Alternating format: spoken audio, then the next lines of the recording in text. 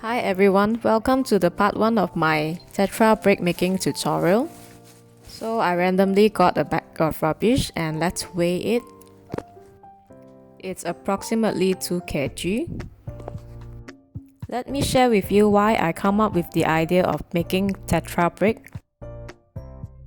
In Malaysia, only 3 out of 7 plastics are mostly recyclable. So how about the other 4? In this year alone, this is the number of plastic bags produced, and the number could be even higher. If you are not refusing any plastic bags right now, you are contributing to this number. Your unsorted waste is sent to the landfill, and some of it got into the ocean. You can find this data on this website, The World Counts. While we wait for the government to implement policies or technologies to come in, why not we try to do our part? I believe some of us tried, but recycle agents might not accept them. I'm sure these plastics are familiar to you. Don't wait anymore, just wash and dry them. Since you'll be the one who do the eco-bricking, a little dirt is okay, it's totally acceptable. Like sauce, oil, as long as it's not attracting ants. Also, if it's not dry, it will get moldy.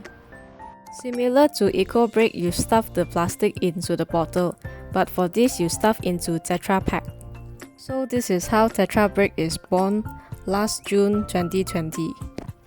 For now, after stuffing with plastic, I compress it using heat.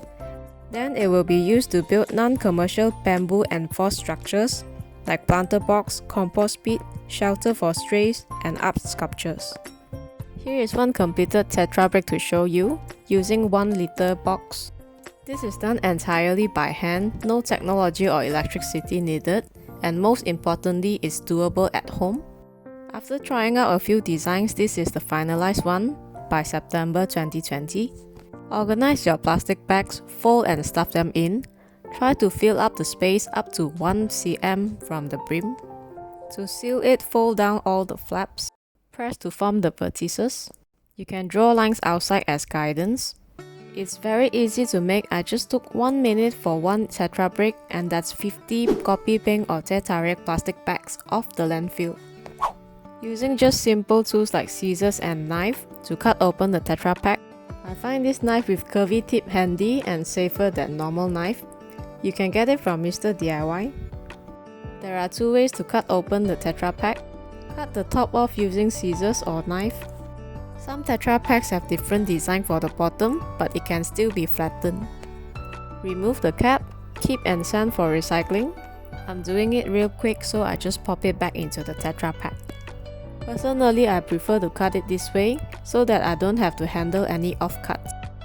I adopt 9R or no throw policy, so basically anything not in the list or I cannot sell, recycle or upcycle, they will definitely go into the Tetrabrick. The part which I snip off the Tetrapack is what I meant by offcut. For a start, we try to achieve the weight of 130 to 150 gram per Tetrabrick. The weight could be lesser if what's inside are mostly polystyrene. Other than LDPE category, anything else larger than B5 size will be reused or upcycled. Okay, back to this rubbish I got from the factory.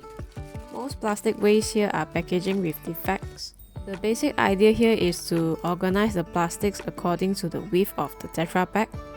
The logic to fold them is to make sure they don't bounce back. Always fold your plastic and don't clump them. Easy to fold according to the width, either once or twice. Whenever you have a mixture of sizes, always start with the bigger piece, smaller sizes in the middle or on top.